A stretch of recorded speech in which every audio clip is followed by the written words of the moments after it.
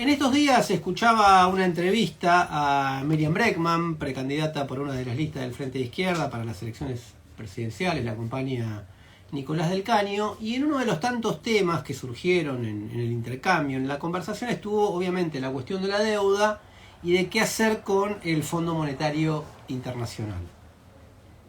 El alineamiento que logró Sergio Massa prácticamente de toda su coalición, y que a la vez él está alineado con las exigencias del Fondo Monetario, es verdaderamente llamativo. Digo porque ustedes recordarán que cuando estaba Martín Guzmán, el ex ministro de Economía, al frente del ministerio, el kirchnerismo especialmente cuestionaba en el discurso la subordinación del ministro al organismo, y más allá de que institucionalmente habilitó todos los canales para que el acuerdo con el fondo se apruebe en el Congreso, algunos de sus referentes votaron en contra, de hecho Máximo Kirchner es el más conocido, y en el discurso público lo criticaban, y a veces muy duramente.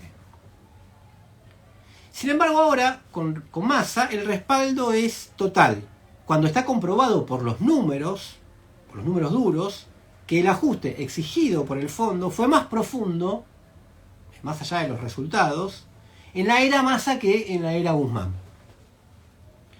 Por eso prácticamente no hay más debate en la coalición oficial, o aunque sea una mímica de debate, porque en el contenido estaban todos de acuerdo, sobre estas famosas correlaciones de fuerza, que alguna vez estuvieron de moda en la discusión.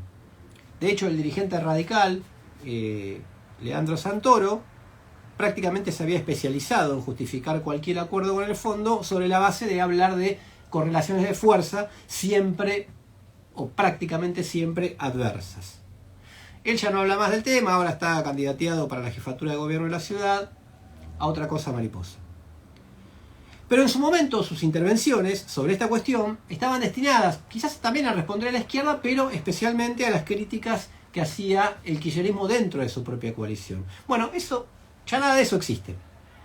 No solo no se critica al hombre que continúa y profundiza el acuerdo con el fondo, sino que incluso se lo designa como el candidato de consenso para pelear la presidencia. Existe prácticamente una unanimidad en la política tradicional con respecto al Fondo Monetario, algo de eso nos decía el entrevistado, y en las dos principales coaliciones es donde se nota como más evidente.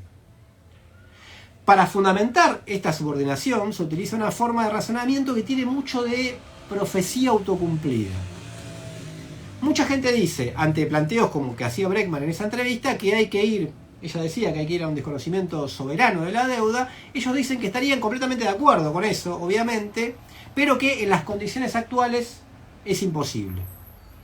Y señalaban diferentes elementos: la composición del Congreso actual, el avance de las derechas y por lo tanto toda esta cuestión del desplazamiento de la sociedad a la derecha, supuestamente, las condiciones internacionales, en última instancia, aunque no lo digan de esa manera, las correlaciones de fuerza. ¿Y por qué digo que este razonamiento tiene mucho de profecía autocumplida y un componente, si se quiere, un poco trágico?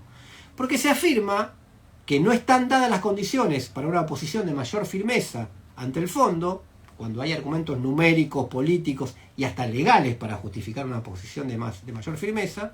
Esto conduce a un lugar de obediencia, de pasividad, y esa misma ubicación genera correlaciones de fuerzas adversas o favorables al fondo y a los organismos de crédito en general. Alguna vez lo sintetizamos o lo sinteticé de esta manera: no lucho porque no da la correlación de fuerzas, y no hay correlación de fuerzas nunca favorable, precisamente porque no lucho. Esa es la forma de razonamiento. De esa manera, casi que no hay manera de no tener razón al final del camino. Entonces, los posibilistas, para calificarlo de alguna manera, preguntan: ¿pero qué se puede hacer? Y si uno dice, bueno, hay que convocar a la movilización del pueblo, e inmediatamente responden, no, pero no, una marcha no soluciona nada, o esto no se soluciona con una marcha.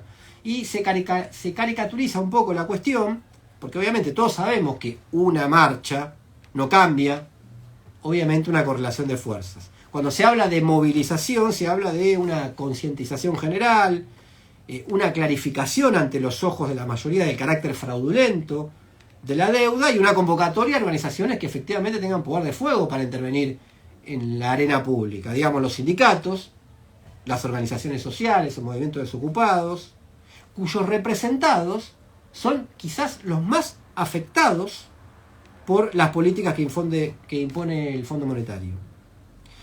Justamente para poner a la mayoría del país en una disposición tal que deba ser tenida en cuenta por los jerarcas de los organismos internacionales o del fondo. De eso se habla, de un proceso de movilización y no, obviamente, de una marcha. Porque, a ver, sabemos cómo generan correlaciones de fuerza a su favor los poderosos, con el dinero, con la corrupción, con el lobby, utilizando, obviamente, el peso de su propio poder. Ahora, ¿cómo generan correlaciones de fuerza favorables las mayorías populares, sin justamente ese poder de lobby que tienen los poderes fácticos? Bueno, hasta ahora no se ha descubierto ninguna otra manera más eficaz que no sea mediante la movilización popular.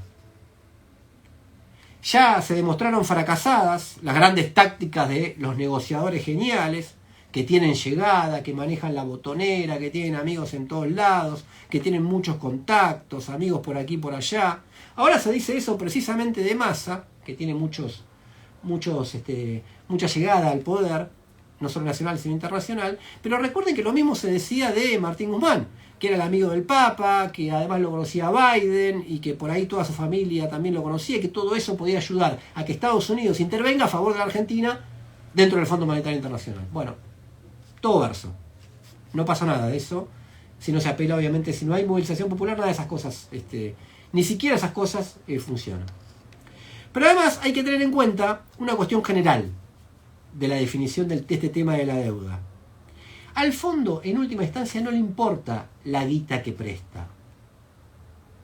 Lo digo un poco provocativamente porque obviamente es mucha guita y le importa, estamos hablando de 44.000 millones de dólares, pero antes que una transacción crediticia, lo que hace el fondo o la deuda es un mecanismo político.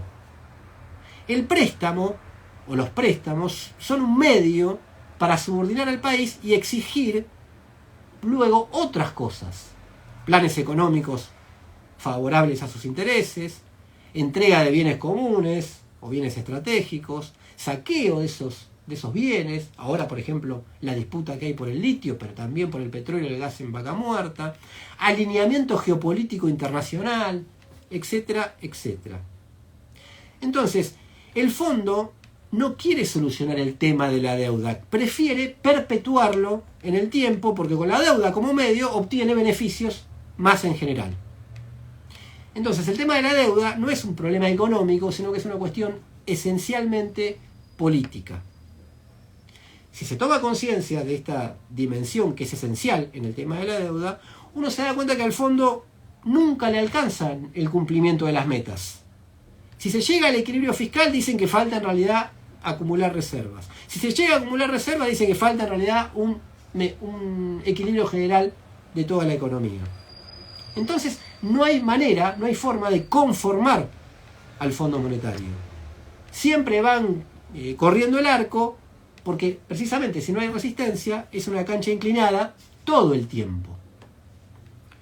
Bueno, por eso hay que cambiar la lógica. Porque no se trata de un mero acreedor, de un organismo que es un mero acreedor. Se trata de un organismo que responde a poderes imperiales, hay que decirlo así, que quieren o que el objetivo último es la subordinación del país. Enfrentarlo con la misma decisión no es solo una medida mínima de defensa nacional, para decirlo de alguna manera. Es también, y cada vez más, una cuestión de supervivencia.